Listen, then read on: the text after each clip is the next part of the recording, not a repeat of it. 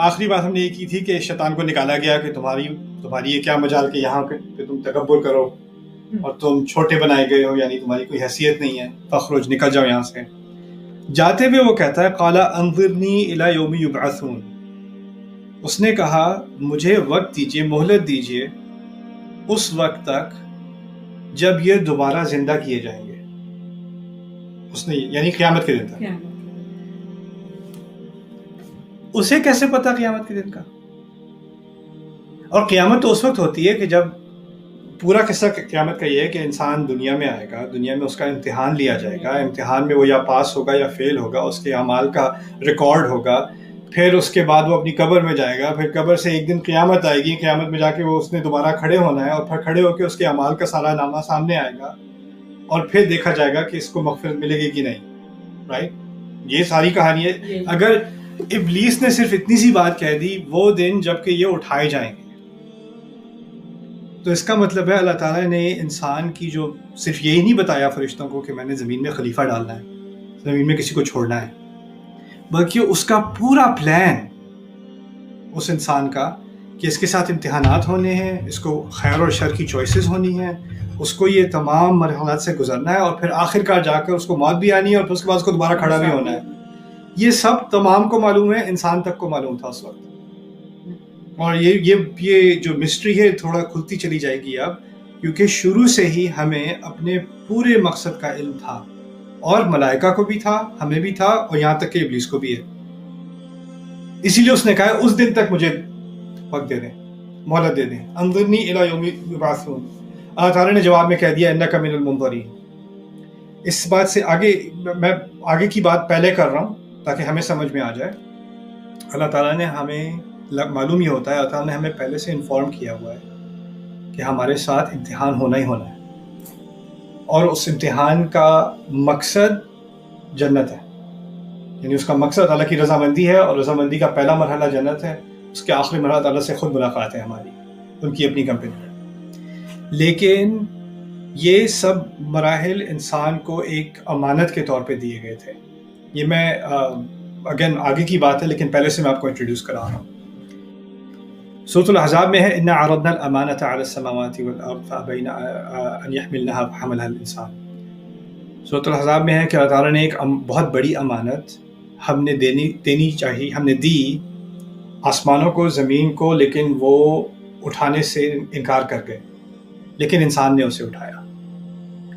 اصل میں جو بات ہم اوور لک کر جاتے ہیں وہ یہ ہے کہ اللہ تعالیٰ نے جب ہماری مخلوق کی، اور پھر ان میں سے ہمارے ہم ایک روح کو چنا، آدم علیہ السلام کو، ان کو جسم میں ڈالا۔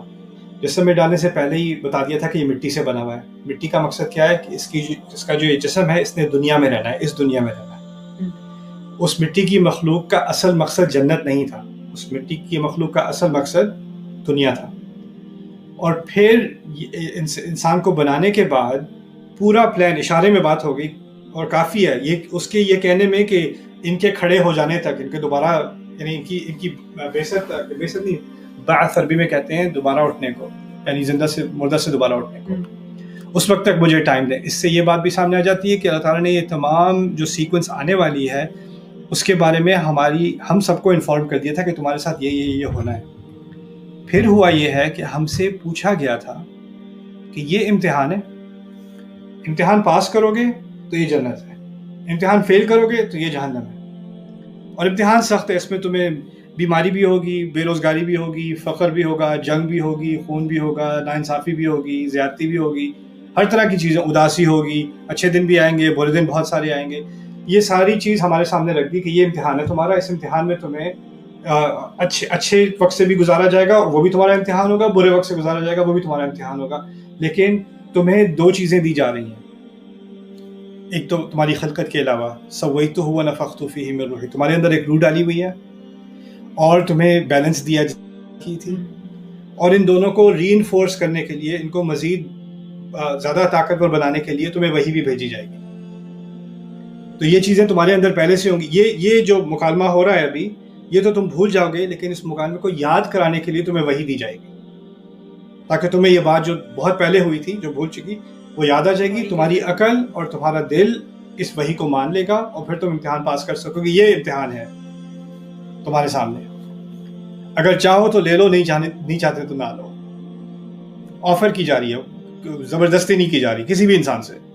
ہر انسان کو کھلی آفر دی جنت دکھانے کے بعد اور اپنی صلاحیتیں دکھانے کے بعد. انسان کو اپنی صلاحیتیں دکھائیں گی, تمہارے اندر روح ڈالی ہے, تصویر ڈالا ہے, تمہاری یہ کیپیبلٹی, اور تمہیں اتنی عظیم مخلوق بنایا کہ سارے فرشتوں کو حکم دیا سجدہ کرنے کو. اتنی عظیم مخلوق ہو. تم اندازہ کریں, کوئی ایک معجزہ ہوتا ہے تو اللہ تعالیٰ کا ایک معجزہ ہوتا ہے تو کچھ جادوگر سجدہ کرتے ہیں موسیٰ علیہ السلام کے قصے میں, رائٹ.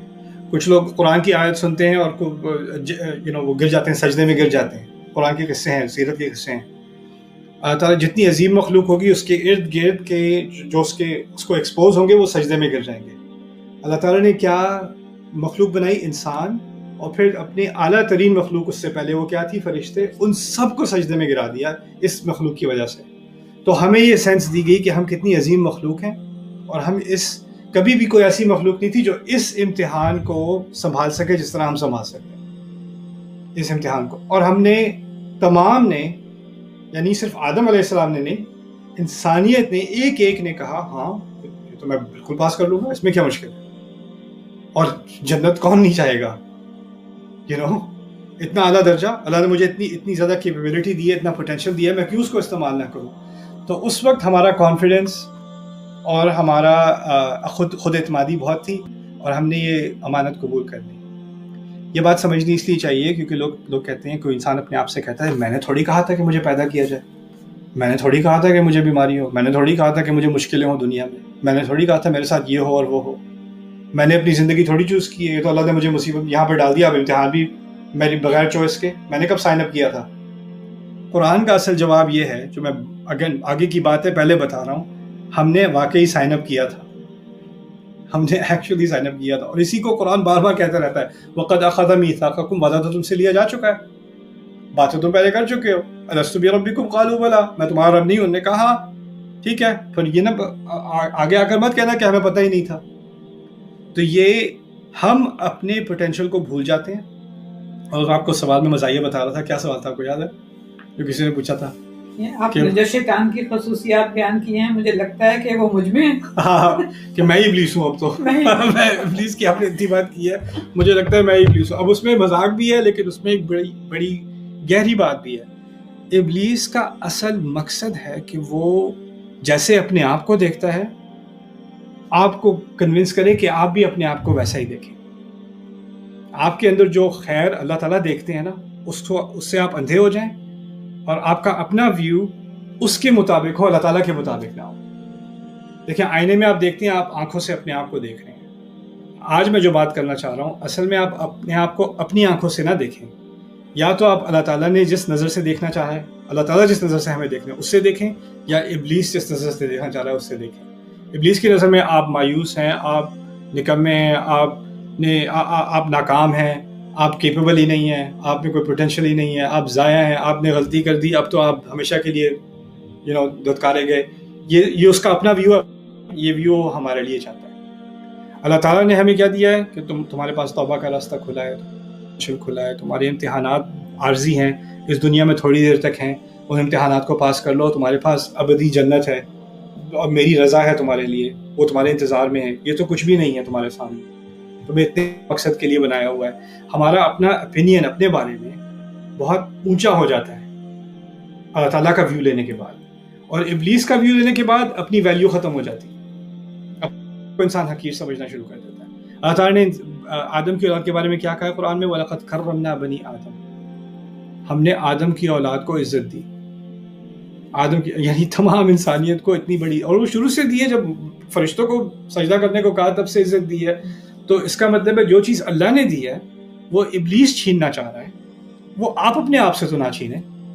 آپ تو اپنے آپ کو ویلیو کریں, آپ تو اپنی روحانیت کو ویلیو کریں. تو یہ اصل بات ہے جو یہاں پر اس کو بھی پتا ہے کہ اصل مقصد ہے جس دن وہ دوبارہ کھڑے ہونے, اس وقت تک وقت دے دیں. اللہ تعالیٰ نے کہا تمہیں وقت دیا جا رہا ہے, اِنَّکَ مِنَ الْمُنظَرِينَ, تم ان میں سے ہو جن کو وقت دیا جا رہا ہے. وَدَنَّ لَهُمْ صِرَاطَكَ الْمُسْتَقِيمَ, یہاں دوبارہ ایک نئی بات کھل گئی. پھر وہ کہتا ہے کہ اس وجہ سے کہ آپ نے مجھے پھسلایا, اللہ تعالیٰ سے کہہ رہا ہے, آپ نے جو مجھے پھسلایا بدلے میں ان کا جو آپ کا جو سیدھا راستہ ہے نا، اس میں قسم کھاتا ہوں اس پہ میں بیٹھا رہوں گا. گہری بات کر دی ابلیس نے. پہلے کہا میں جو کرنے والا ہوں بدلے میں کرنے والا ہوں. کس چیز کا بدلہ؟ آپ نے مجھے پھسلایا، غلطی آپ کی ہے، میری نہیں ہے. اللہ تعالیٰ سے کہہ رہا ہے. وہ کیوں کہہ رہا ہے اس کو بھی سمجھنے کی ضرورت ہے. میں آپ کو ایک مثال دیتا ہوں اجمام. میں نے انگلش میں یہ بہت دفعہ دے چکا ہوں، لیکن اب اس کو اردو میں نے کبھی میرے نہیں خیال کہ میں نے ایکسپلین کیا ہے.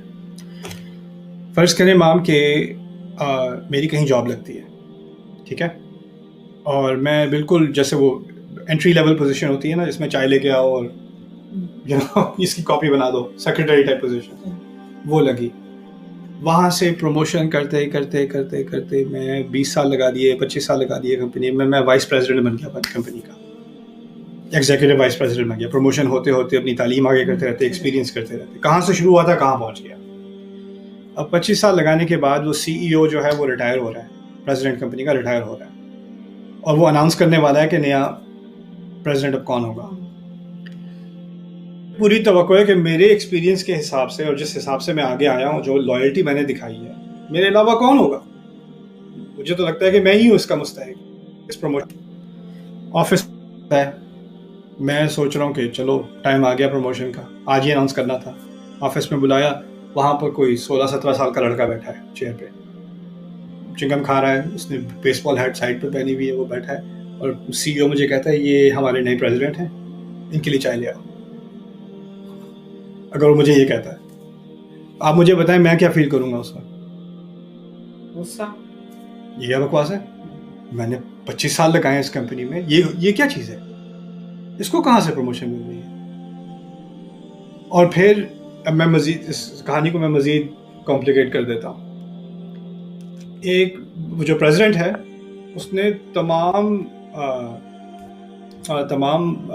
امپلائیز کو ای میل بھیج دی کہ بھائی اس کو جو ابھی جو میں ہوں، میری ٹرانسفر ہونے والی ہے کسی ایسی لوکیشن پہ جو یعنی مناسب نہیں ہے، ٹھیک ہے، تو میری ٹرانسفر ہونے والی. سب کو بتا دیا، مجھے نہیں بتایا، ٹھیک ہے. اچھا اب میں آیا، میں نے غصہ کیا کہ یہ کیا بکواس ہے، یہ کیا ہو رہا ہے. تو وہ سی ای او مجھ سے کہتا ہے کہ بھائی آپ نے جو بھی غصہ دکھایا، بدتمیزی کی آفس میں، یہ ایکسیپٹیبل نہیں ہے، اس کے بدلے میں آپ کو ٹرانسفر کر رہا ہوں. لیکن یہ کیا؟ اصل میں اب مجھے پتا چل گیا تھا، کہیں سے مجھے وہ ای میل مل گئی. نہیں مجھے آپ اس لیے ٹرانسفر نہیں کر رہے، آپ کا تو پہلے سے پلان تھا مجھے ٹرانسفر کرنے کا، ٹھیک ہے نا. تو یہ تو مجھے سیٹ اپ کیا گیا ہے. آپ کو پتا تھا کہ میں نے غصہ کرنا ہے، یہ آپ کی غلطی ہے. اب یہ چیز انسانوں میں تو ہوتی ہے. ہم اللہ تعالیٰ کے بارے میں ایسے سوچتے ہیں جیسے ہم انسانوں کے بارے میں سوچتے ہیں. یہ ہمارا شرک ہے. کبھی ہم احساس نہیں کرتے کہ ہم کبھی اللہ تعالیٰ کے بارے میں، اللہ تعالیٰ کا غصہ ہمیں تو پتہ نہیں اللہ کا غصہ کیسا ہوتا ہے. ہم نے انسانوں کا غصہ دیکھا ہے، رائٹ. انسانوں کا دھوکہ ہم نے دیکھا ہے، انسانوں کی پلاننگ ہم نے دیکھی ہے. کیونکہ ہم نے صرف انسانوں کی پلاننگ دیکھی ہے، ہم سوچتے ہیں اللہ کی پلاننگ بھی ایسی ہوگی، رائٹ. ابھی میں آپ کو اپنی کہانی نہیں بتا رہا تھا کسی کمپنی کی، میں ابلیس اور اللہ تعالیٰ کی کہانی بتا رہا تھا. اللہ تعالیٰ نے ابلیس سے کام لیا، اس سے عبادت کروائی، اس سے اپنی خدمت کروائی، اس کی پروموشنز ہوئی، فرشتوں تک پہنچ گیا. اب اس کا پروموشن کا ٹائم آ رہا ہے اور مٹی کی مخلوق کو کہہ دیا کہ اس کو سجدہ کرو بھی. تو اس کے دل میں تو کڑ گیا نا، وہ یہ کیا، میں نے تو ارن کیا ہے. تو میں یہ کہنا چاہ رہا ہوں کہ جو اس کو ایک انٹائٹلمنٹ تھی نا کہ مجھے ملنی تھی یہ چیز، یہ ہم روز ایکسپیرینس کرتے ہیں.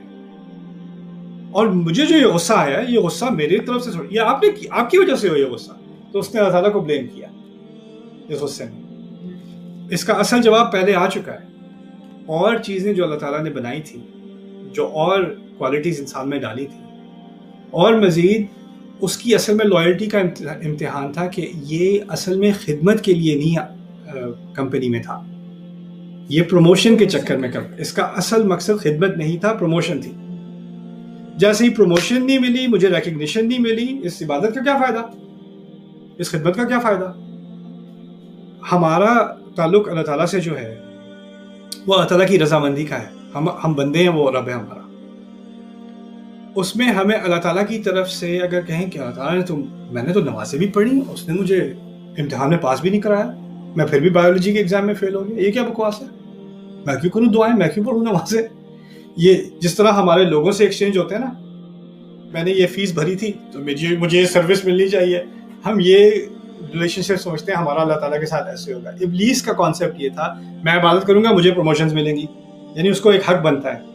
ہمارا دین بات ہی شروع سے ہوتا ہے کہ تمام حمد اللہ تعالیٰ کی, الحمدللہ رب العالمین. وہ رب ہے, میں بندہ ہوں. بندہ پوچھنے کے پوزیشن میں ہوتا ہے نہیں کہ میرا حق کہاں ہے.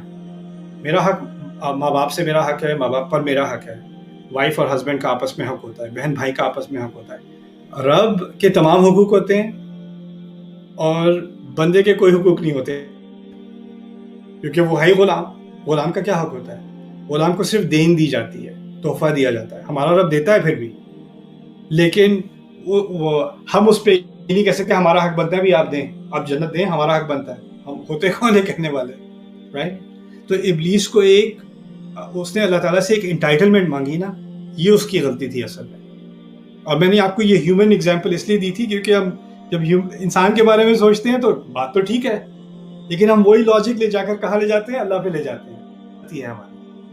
اب یہ انسانوں میں چلتا ہے, انسانوں میں یہ غلط ہو تو ہو, اس کو آپ اللہ تعالیٰ پہ امپوز نہیں کر سکتے. پھر دوسری طرف وہ جو اس کی ٹرک تھی جو آنے والی ہے, اللہ تعالیٰ نے اس سے کہہ دیا, اس نے یہ وعدہ کیا کہ میں تو آپ کے سیدھے راستے پہ آ کے بیٹھوں گا. سیدھا راستہ کیا ہے؟ پورے قرآن شروع ہو رہا ہے اہدنا الصراط المستقیم سے. وہی الفاظ ہیں صراط المستقیم, یعنی انسانی تاریخ میں جہاں تک ہمارے پاس اللہ تعالیٰ کے الفاظ ہیں, اس میں سیدھے راستے کا لفظ پہلی دفعہ ابلیس کے منہ سے نکلا ہے. اللہ تعالیٰ نے ہمیں قرآن میں بتا دی نا سیدھے راستے پر چلو, لیکن ہسٹری میں جو کوٹ ہے ہمارے پاس, پہلا کوٹ کہ سیدھا راستہ کس کو پتا تھا سیدھے راستے کا؟ ابلیس نے اس کا ذکر کیا, یعنی اللہ تعالیٰ پہلے سیدھے راستے کی بات کر چکے ہیں. اور اگر سیدھے راستے کی بات سمجھانی ہوتی ہے تو اس کا مطلب ہے کہ جو ٹیڑھے راستے ہیں ان کے بارے میں بھی انٹروڈیوس کرانا پڑتا ہے کہ یہ ٹیڑھا راستہ ہے, یہ ٹیڑھا راستہ ہے. تم غلط راستے پہ بھی جا سکتے ہو, غلط راستے پہ بھی جا سکتے ہو. یہاں تک کہ اس سے یہ بات بھی نکلتی ہے کہ انسان کو بتا دیا گیا تھا کہ تم غلط راستے پہ, ابلیس کے بغیر بھی غلط راستے کھلیں اور تمہیں جانے کی طرف تمہارا رجحان ہو سکتا ہے, لیکن تمہیں سیدھے راستے پر رہنا ہے.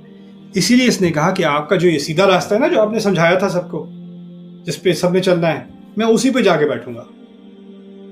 یہ لفظ استعمال کیسے کر سکتا ہے وہ جب تک اس کے سامنے یہ تمام ایجوکیشن نہ کی گئی ہو انسانیت کی, اور انسانیت کو نہ بتایا گیا ہو کہ تم نے سیدھے راستے پر چلنا ہے.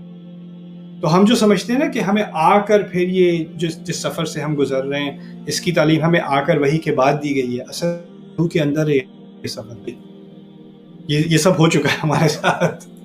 اٹس انکریڈیبل, یعنی انسان سوچے تو حیران رہ جائے کہ میں اب یہ ایک کوما سے نکل کے, ایک روحانی کوما سے نکل کے اب میں دوبارہ اس دنیا میں آیا, اور اب مجھے اس بات کی یاد دہانی دلائی جا رہی ہے اس ایپیسوڈ کی جس میں تھا, آپ بھی تھی, میں بھی تھا, اور یہ سب ہمارے سامنے ہو رہا تھا, اور ہمیں بتا دیا گیا تھا کہ سیدھا راستہ کیا ہے, اور اس سیدھے راستے میں مشکلیں کون سی ہیں. تمہاری مشکلات صرف ہمارے نفس کی نہیں ہوں گی, باہر کی مشکلوں کی ہوں گی, جنگ ہوگی, معاشی مشکلیں ہوں گی, صحت کی مشکلیں ہوں گی, لوگوں کی طرف سے نبلونکم بشیء من الخوف والجوع, تمہیں ہر طرح کے امتحان لیے جائیں گے, ہم لیں گے. خوف کے امتحان, بھوک کے امتحان, بنقص من الاموال,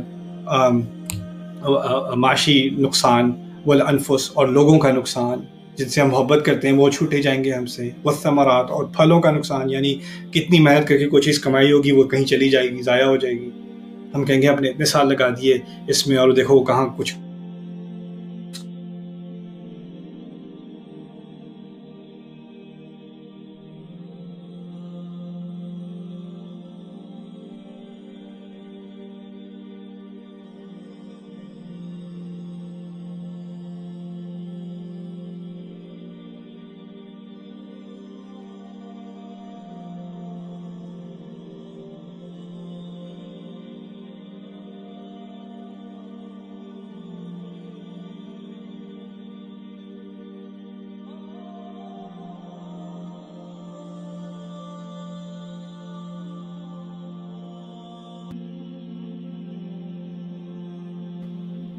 Sorry, interrupt ہو گیا تھا, میں نے I didn't keep talking, so it's okay, but it's عقل مند کے لیے اشارہ کافی ایسی روک دیتے ہیں انشاءاللہ. آج کافی گہری بات کر دی, اور اس کو آگے مزید کریں گے انشاءاللہ. ابھی ہم 16ویں آیت تک پہنچے ہیں جہاں اس نے اللہ تعالیٰ کو بلیم کر کے اپنے بارے میں کہا لا قعدن علی صراطک المستقیم. یہاں پر آدم علیہ السلام کے بارے میں بھی بات آنے والی ہے کہ وہ بھی اگر ان کو موقع ہوتا تو وہ بھی اللہ تعالیٰ کو بلیم کر سکتے تھے.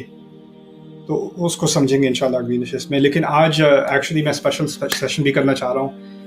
میں نے کل ذکر کیا تھا ایک بات کا جس سے کافی لوگوں کو مذاق میں کہتا ہوں بھوت سوار ہو گیا کہ میں نے کہا تھا کہ کوئی جن کنٹرول نہیں کرتا انسان کو, قبضہ نہیں کرتا, حاوی نہیں ہوتا اس پہ. تو کافیوں نے کہا نہیں تو میں نے بہت دیکھا ہے پاکستان میں, میں نے بڑی ویڈیوز دیکھی. پہلا میرا سوال یہ ہے کہ یار یہ صرف یہ جن بھوت جو ہیں پاکستان, ایجپٹ اور افریقہ میں ہی جاتے ہیں, ان کا یورپ میں کوئی ہوتے ہیں؟ میرے کو سارے جو نان ایشین یا نان عرب فرینڈز ہیں موویز میں ملتے ہیں. تو میں نے کہا کہ اس کی دلائل کیا ہیں, اور لوگوں نے سورۃ الفلق کے بارے میں پوچھا کہ رسول صلی اللہ علیہ وسلم پہ جادو کا اثر ہوا تھا, جو نفاثات فی العقد جو گرہیں ڈالتی تھیں, اور پھر آیت ہے ذکر ہاروت اور ماروت کا ذکر ہے قرآن میں, جادو سکھاتے تھے. تو اس سلسلے میں میں جس فلسفے کی طرف کنونس ہوں, جن دلائل سے میں زیادہ کنونس ہوں, ان سے میرا تعارف ہوا تھا ڈاکٹر اکرم ندوی کے ذریعے.